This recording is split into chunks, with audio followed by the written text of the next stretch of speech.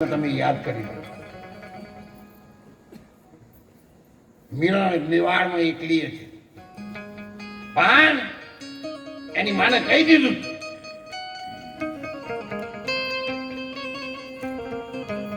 એક રીતે કહી દઉં છે.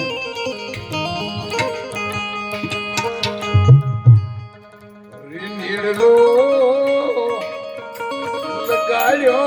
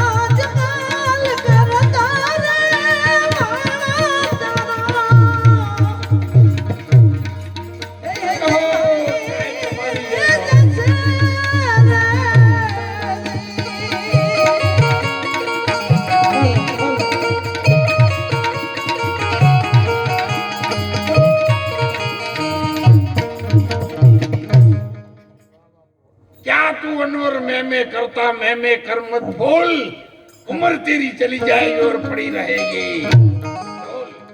रजकण तारा रचड़ी जैसे जब रણમાં ઉડે છે રે, પણ હજી બાજી તમારા હાથમાં, માટે ચેત ને. સાધુ અમને શોધી કાયા, પેલા તો તમારા દેહને તમે ઓળખો.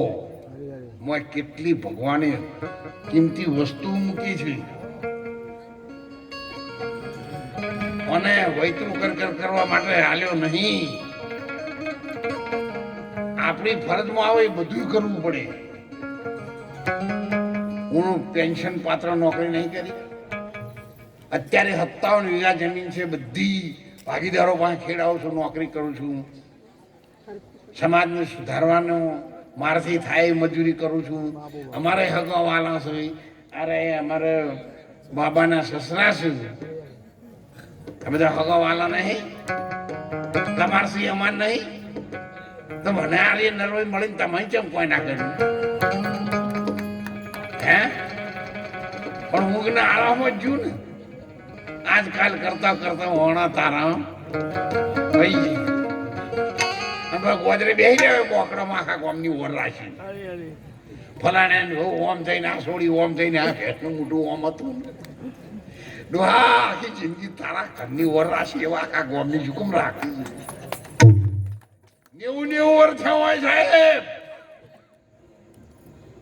પણ આવા ઉનાળાના તાપના લેવડાના નેચે બહુ આલ્યા હોય રોટલો બપોરે ખાઈને બેસી રહ્યા. જો ઘર હોમું કૂતરું આવે ને તો સાહેબ 90 વર્ષનો બાપા ઉભા થઈ જાય. 1.5 ફૂટનું ધોકું 10 શેડા તો દોરીના ભોયા ડી રહ્યા હોય. આવે તો ખાટલો આલેલો હોય 80 વીઘાના ખાતેદાર ને ડોકા ડોહાઈને દહી આવી જાય. ધોકું લઈને ઉભા થઈને જઈને હોડ કરીને છે મેલા નાકામે લ્યા. નાકામ જે કૂતરા બેહી રહ્યો એની મીટિંગ કરે તે કા ડોહો મરી ગયો હતો. હારો કટકો રોટલો ખાવા દેતો નહીં. તો આટલી ઉંમરે હતા ને આવો હુજે સહી ના કરતા બાપાના દીકરાએ હુજાડ્યું સારું નહીં તાળીએથી બતાવો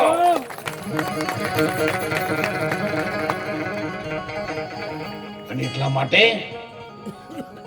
મીરાબાઈએ કહી દીધું કે મારે ન જોઈએ એક એમણે ના પાડી હતી અને તને રામ દે પર આવે પરણો બાઠી